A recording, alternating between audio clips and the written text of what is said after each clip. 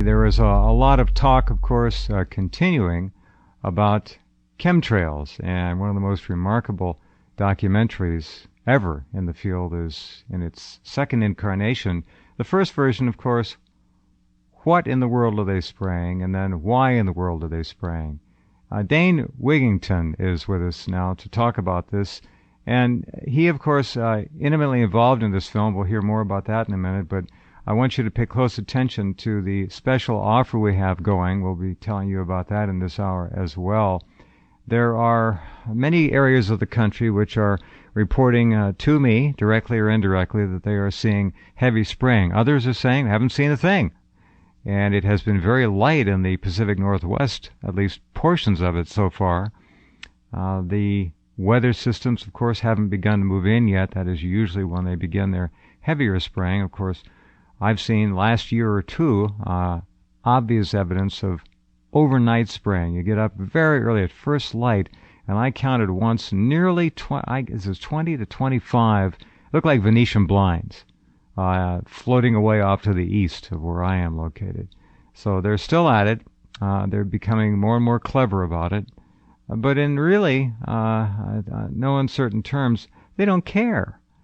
People are now so used to seeing cruddy-looking skies, they just don't really concern themselves, it would seem to me. You get up in the morning, you used to see beautiful azure blue skies with a few white clouds in the afternoons. Now you get up and you see junk up there, just crud, and you kind of, well, it's just an overcast day. No, it's not in many cases. Anyway, let's welcome Dane to the program. Hello there. How are you? Good, Jeff. Thank you. Thank you for addressing this issue. It's my pleasure. I will remember always the first time I figured it out. I'd heard about them, and it was, I believe, 1990, late 95, that about a year after I heard rumors of these things, early 96 when they really began, I think, in somewhat earnest spraying. I was laying, looking up at the sky in a yard, and it was a beautiful blue sky, not a cloud in the sky, and a jet came overhead. And behind that jet was, it looked like two streams of cotton candy, and it did not dissipate, and it got bigger and fatter, and it melded together, and then it stayed there and slowly moved to the east. This was in Santa Barbara at the time, and I'll never forget that, and I knew right then and there that they were indeed spraying. So how did you get involved in all this, Dane? Well, it's certainly the last battle I ever wanted. I am not political in any sense, and when I spent all my resources to get out of Southern California, to get out of the smog, moved to the Pacific Northwest. I have a background in solar power. I'm a former Bechtel employee. I know it's a four-letter word really? now. Wow. Yeah, yes, wow. And I worked in one of the first solar plants in the continental U.S. I have a background in renewable energy. I moved to the Pacific Northwest. I built a big off-grid home in the woods, and expecting to live under clear skies now. And now I begin to see, this solar obscuration. That's one of the terms used with SRM, solar radiation management, and SAG, stratospheric aerosol geoengineering. When I begin to lose 60, 70, 80% of my solar uptake from whatever these jets were putting out, I went to research and immediately came to the topic of geoengineering. Basically, you're a solar scientist, and you lose 60%. That's massive. So you knew something was up. Well, clearly, absolutely. I mean, what I saw in the skies was not a condensation trail. And again, when I discovered the mountain of data on geoengineering and virtually every single dot connects, I began my water testing in Shasta County. We've done, I think, pressing close to 100 tests now in Shasta and Siskiyou County, the Pacific Northwest. We started I know with your area code. I know about where you are. We're in what should be a pristine area. Yep. An initial lab test, Jeff, of 7 parts per billion in a single rain event, which is already quite high. I spoke to a hydrogeologist who said there shouldn't be anything in the rain unless I live next to a, quote, Alcoa factory. We continued testing. Within 5 years, we had single rain events that had an escalation of aluminum from that initial test as much as 50,000%, up to 3,450 parts per billion of aluminum in a single rain event, literally toxic rain. Good Lord. Good Lord. Without the rain bringing it down, how long will it hang up there, do we know? according to polymer chemists that I've spoke to, descent times can vary from 12 hours to 24 hours, which isn't a long time.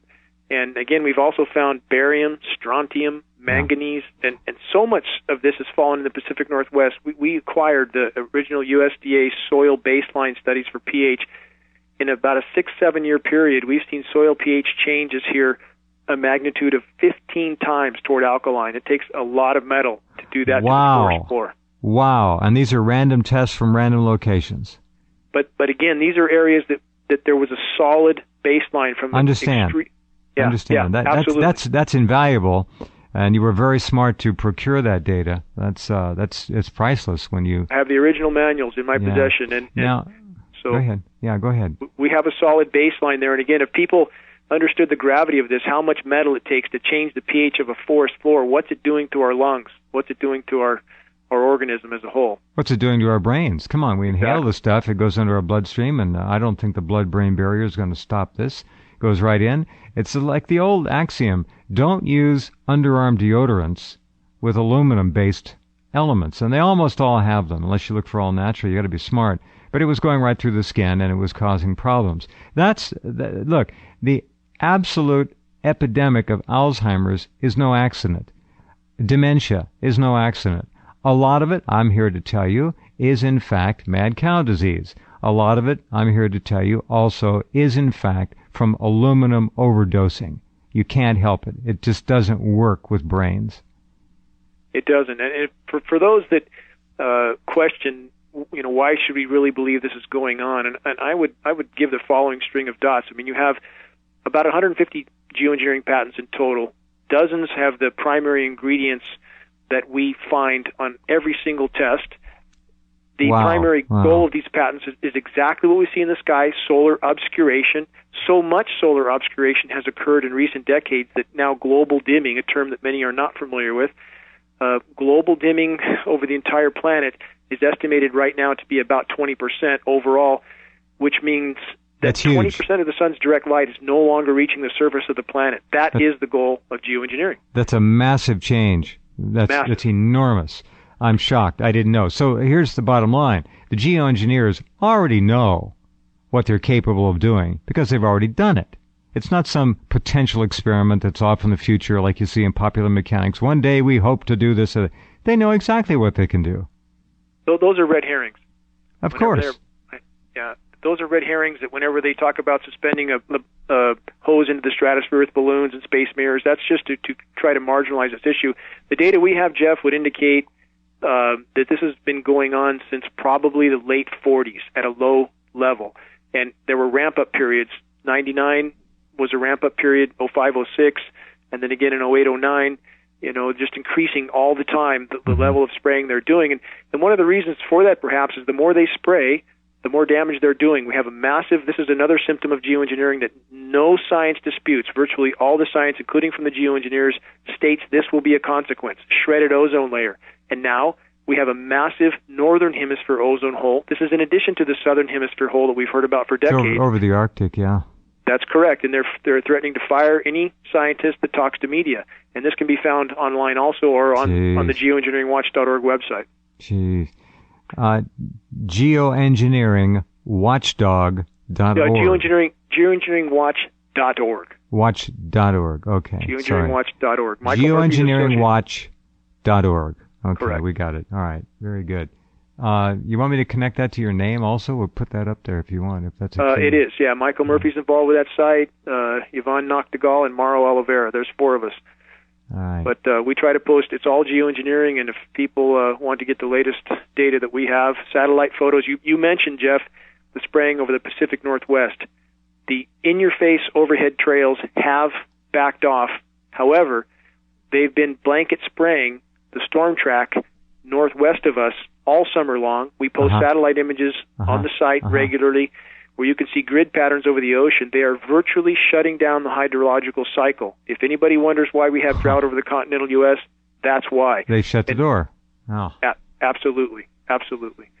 And the science is very clear on that. I mean, there is no dispute. Particulates in the atmosphere diminish and disperse rainfall, period. So there's absolutely no debate as to what's going on and what's causing the drought. So, the Iranians are screaming that the West is causing their drought. They're in a drought as well, and there's no doubt about that. Sure. Same thing. You spray upstream and you shut it off downstream. That's it. Yeah. Yep. This is all true, all very sad. Give us that website again, geoengineeringwatch.org. All right, very good.